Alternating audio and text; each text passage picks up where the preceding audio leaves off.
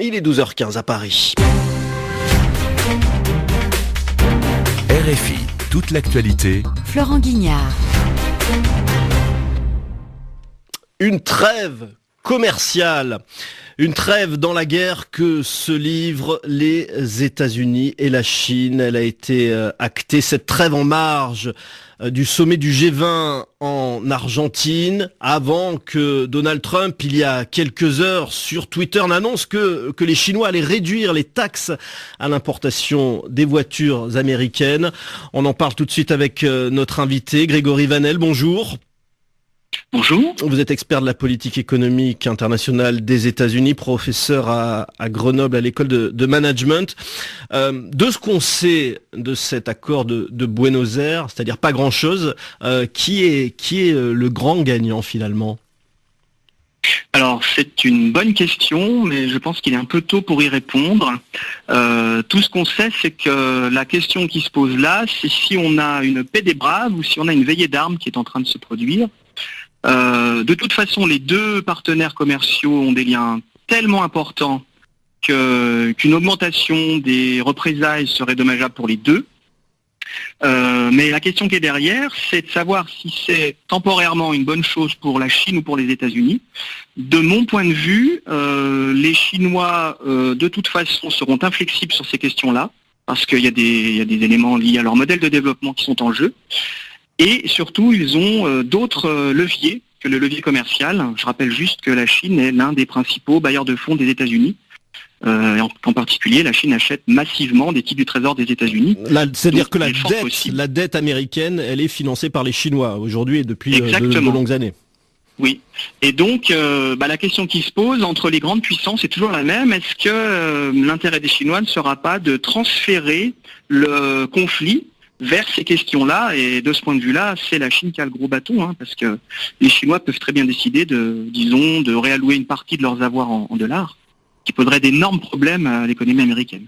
Alors, à votre avis, pourquoi cette trêve de 3 mois, ce gel des augmentations des droits de douane qui avaient été annoncés de part et d'autre, pourquoi c'est gelé ? C'est le pragmatisme finalement qui a prévalu dans les deux camps ? Alors, l'initiative, elle provient du président des États-Unis. C'est lui qui a enclenché la dynamique, le processus de guerre commerciale avec la Chine, et c'est lui qui demande la trêve. Je vous rappelle qu'il y a eu une élection, les midterms, récemment, que l'actuelle majorité républicaine au Congrès a dit qu'elle ne négocierait plus rien jusqu'à ce que la nouvelle Chambre soit en place, en janvier. Donc 90 jours, ça correspond à peu près au temps qu'il faut pour le Congrès des États-Unis, qui est en charge des questions commerciales. C'est le temps qu'il lui faut à peu près pour traiter des négociations qui auraient lieu entre un pays et les États-Unis.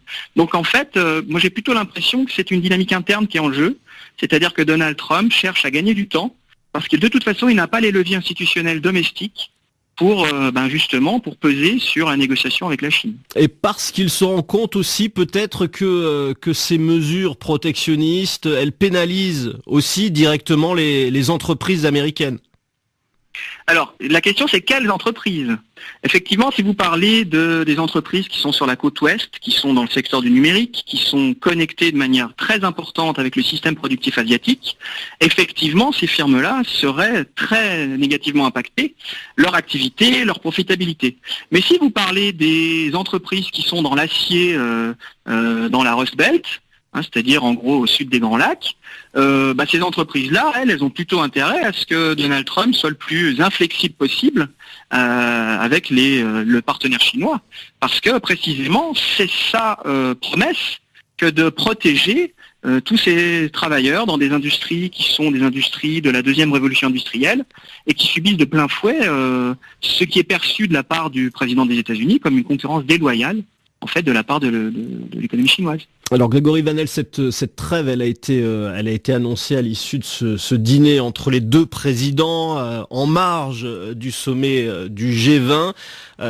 Ça illustre complètement la méthode Trump, ce qui s'est passé, c'est-à-dire on fait un accord bilatéral de président à président. Ah ben oui, là clairement. Alors cette volonté de la part des États-Unis de mener des négociations sur une base bilatérale, elle date pas de Donald Trump. Il faut quand même comprendre que depuis en gros 2001, il y a une volonté comme ça, d'amoindrir l'efficacité du multilatéralisme. Mais c'est vrai qu'en matière commerciale, c'est la méthode qu'utilise Donald Trump. Il cherche à négocier directement avec ses partenaires commerciaux et en particulier avec ceux avec lesquels il considère que le déficit commercial américain est illégitime. Sauf que là, il se heurte à un petit problème, c'est qu'il traite d'égal à égal. Ça fonctionne, ce genre de méthode, quand vous traitez avec un petit pays. Avec un pays pour lequel l'accès à votre propre marché intérieur est décisif pour la croissance. C'est pas vraiment le cas en Chine.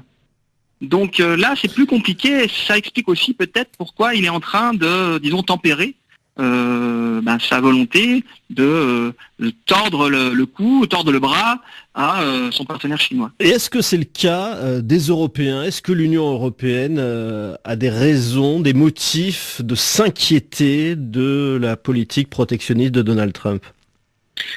Alors, je pense que c'est, à mon avis, ce sera la principale victime collatérale de la situation. Par exemple, dans le cas des droits sur l'acier, c'est d'abord le marché européen qui va être touché parce que il faut pas oublier que le prix mondial de l'acier, il a un impact sur toutes les zones économiques dans le monde. On est déjà en ce moment en surproduction en Europe. Et vous allez avoir toute une relocalisation des activités et des flux d'exportation vers l'Europe qui risque encore de faire baisser le prix de l'acier en Europe. Donc là, il y a une vraie question qui se pose. Et puis au-delà de ça, il y a la question de la relocalisation des activités. Si la Chine et les États-Unis sont en mesure d'avoir un accord bilatéral qu'ils jugent solide, ce sera au détriment de tous les autres. On aura une logique là clairement de duopole mondial avec les deux grandes puissances qui s'arrangent pour maintenir leurs intérêts économiques. Et puis de l'autre côté, les autres qui n'auront qu'à s'ajuster et qu'à s'adapter à la nouvelle dynamique. Merci Grégory Vanel. Je rappelle que vous êtes professeur d'économie à l'école de management de Grenoble. On disait il y a quelques minutes dans le journal, c'est la COP24 en Pologne, 196 pays rassemblés pour tenter de mettre en œuvre concrètement les mesures pour limiter le réchauffement de la planète, limiter les émissions de dioxyde de carbone grâce notamment aux énergies renouvelables. Et dans le sud de l'Espagne, en Andalousie où le soleil brille 300 jours par an, eh bien, la centrale Gema Solar est particulièrement convaincante. Elle peut même fonctionner la nuit. Mais oui, reportage de Laetitia Dive. Sur la route qui va de Cordoue à Séville, une lumière aveuglante provenant d'un champ surprend les automobilistes à des kilomètres, à tel point que certains ont parfois cru à une attaque martienne. Il n'en est rien, le faisceau lumineux n'est autre que l'énergie reflétée par des miroirs au cœur de la centrale Gema Solar. C'est Raúl Mendoza, le directeur, qui mène la visite parmi les 2650 panneaux solaires qui s'étendent à perte de vue, disposés en cercle autour de la tour centrale.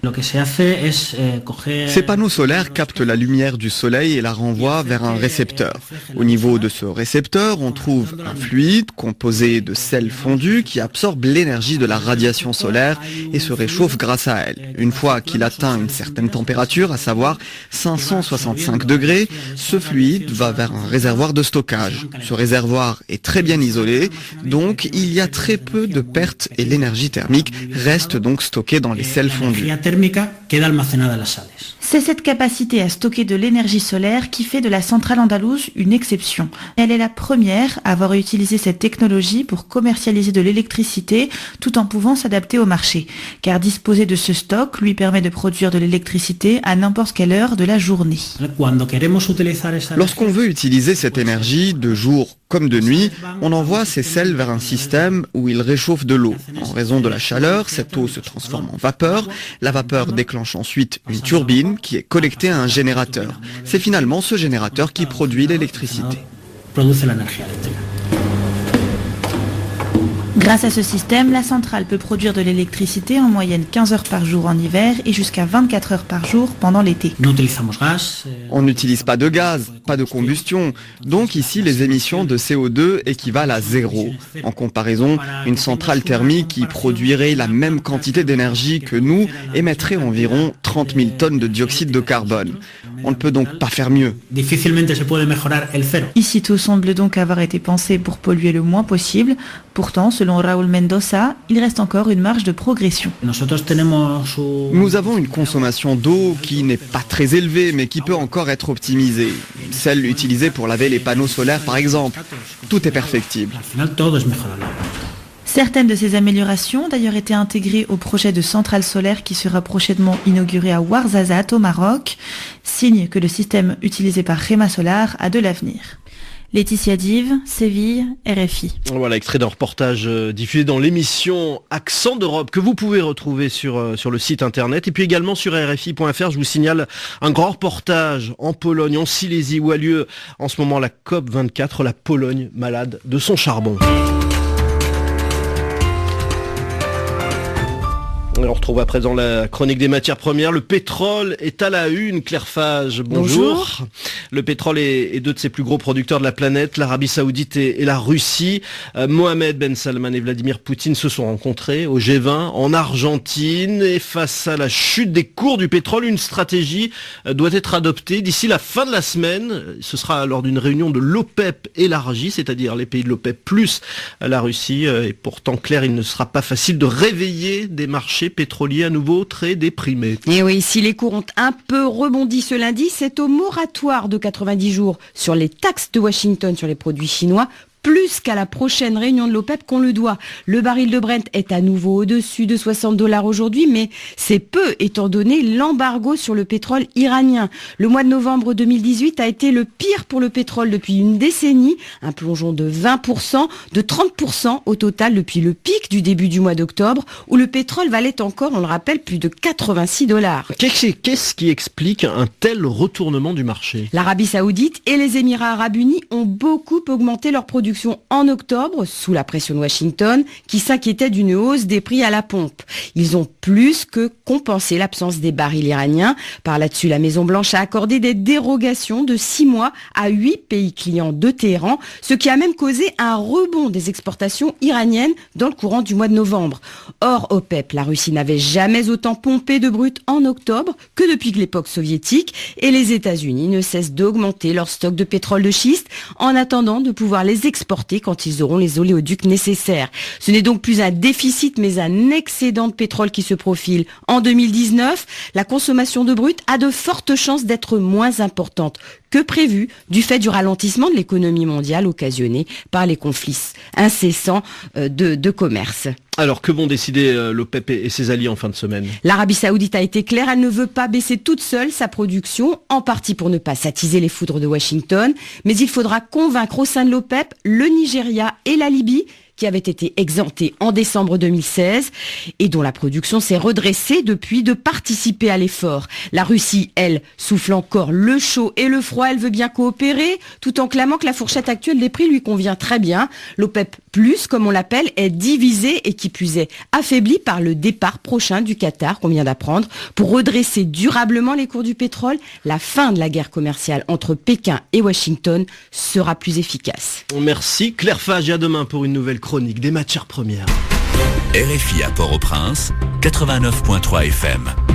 À suivre dans 2 minutes la suite de RFI Midi, puis notre rendez-vous avec le Journal des Amériques. Bonjour Anne Verdaguet. Bonjour Florent, bonjour à tous. Au programme tout à l'heure. Eh bien, on aura un invité, David Recondo, chercheur à Sciences Po. On reviendra avec lui sur la prise de fonction du nouveau président mexicain, Andrés Manuel López Obrador, qui promet de tout changer dans la façon de gouverner le pays. Il est le premier président de gauche de l'histoire du Mexique. À tout à l'heure, Anne Verdaguet. Et puis, dans 1 heure, Afrique Midi, avec vous Hassan Diop. Bonjour. Bonjour Florent, et à la une en RDC, un réseau local d'experts électoraux publie un rapport dans lequel il redoute un rendez-vous manqué lors des élections prévues le 23 décembre prochain.